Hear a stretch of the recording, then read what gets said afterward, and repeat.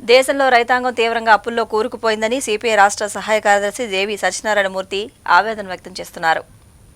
మోదీ విధానాలను ప్రతి ఒక్కరూ వ్యతిరేకించాలని, దేశంలో రైతాంగం తీవ్రంగా అప్పుల్లో కూరుకుపోయిందని, ఆ రైతాంగాన్ని కాపాడుకోవాలని సిపిఐ రాష్ట్ర సహాయ కార్యదర్శి జేవి సత్యనారాయణమూర్తి పిలుపునిచ్చారు.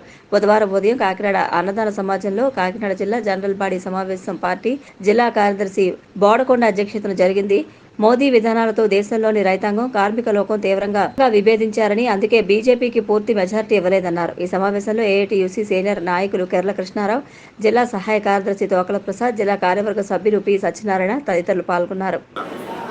భాగస్వాములుగా ఉన్నటువంటి తెలుగుదేశానికి కానివ్వండి, లేకపోతే జేడీయూకి కానివ్వండి, మంత్రి పదవుల పంపిణీలో కూడా మెరుగైనటువంటి పద్ధతుల్లో మంత్రి పదవులు ఇవ్వలేదు. ఈరోజు మన రాష్ట్రానికి సంబంధించి మన రాష్ట్ర అమరావతి నగర నిర్మాణానికి 15,000 కోట్ల రూపాయలు నిధులు అని చెప్పని ముందు చెప్పారు. తర్వాత అది అప్పు కిందన చెప్పి ప్రపంచ బ్యాంకు నుంచో లేకపోతే ఇతర ఏజెన్సీల నుంచో కేంద్ర ప్రభుత్వం మధ్య నుండి అప్పు ఇప్పిస్తామని చెప్పానంటే అది సరైంది కాదు. గ్రాంట్గానే ఇవ్వాలి. ఇప్పటికే గత ప్రభుత్వం జగన్మోహన్ రెడ్డి ప్రభుత్వం చేసినటువంటి అప్పులు భారాన్ని రాష్ట్ర ప్రజల మీద ఉన్నటువంటి నేపథ్యంలో కేంద్ర ప్రభుత్వం గ్రాంట్ల రూపంలో రాష్ట్రానికి సహాయం చేయాలి తప్ప తిరిగి మధ్యవర్తిగా ఉండి అప్పులు ఇప్పించడం వల్ల మరింతగా అప్పుల భారం రాష్ట్ర ప్రజల మీద పడేటటువంటి పరిస్థితి ఉంది. పోలవరం ప్రాజెక్టు నిర్మాణానికి సంబంధించి రాష్ట్ర ప్రభుత్వం మాట్లాడుతుంది తప్ప కేంద్రం వైపు నుంచి స్పష్టమైన ప్రకటన రావాలి. ఇదే సందర్భంలో విశాఖ ఉక్కుని ప్రైవేటు పరం కాకుండా ప్రభుత్వ రంగంలోనే కొనసాగించేటట్లు చేస్తామని చెప్పని ఈ ఎన్నికలకు ముందు తెలుగుదేశం, జనసేన పార్టీలు రెండు కూడా హామీ ఇచ్చాయి. మరి ఆ ప్రకారం కేంద్రం మీద ఒత్తిడి తీసుకొచ్చి దాన్ని విశాఖ ఉక్కుని దానికి సొంత గనులు కేటాయించి ప్రభుత్వ రంగంలోనే కొనసాగించేటట్లు చేయాలి. అలా చేయలేకపోతే దాన్ని కనీసం శైలిలోనైనా విలీనం చేయడం ద్వారా ప్రభుత్వ రంగంలోనే కొనసాగేటట్లు చేయాలి.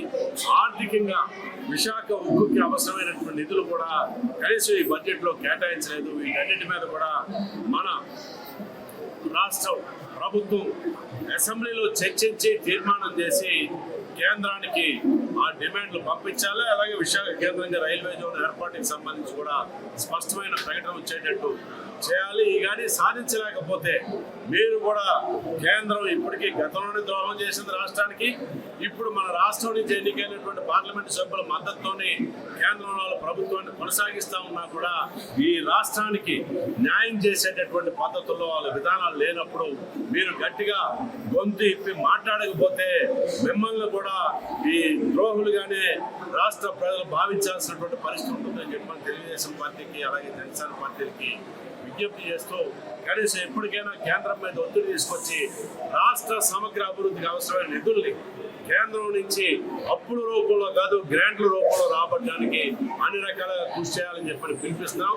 ఈ నేపథ్యంలోనే భారత కమ్యూనిస్టు పార్టీ రాష్ట్ర వ్యాప్తంగా అన్ని జిల్లాల్లో సర్వసభ్య సమావేశాలు నిర్వహించి రానున్న కాలంలో పార్టీ శతవార్షికోత్సవాలు ఘనంగా దేశవ్యాప్తంగా నిర్వహించేదానికి కృషి చేయడానికి పార్టీ యంత్రాంగాన్ని అంతటినీ సమాయత్తం చేయడానికి మేము ఈ జనరల్ బాడీ సమావేశాలు నిర్వహిస్తాం.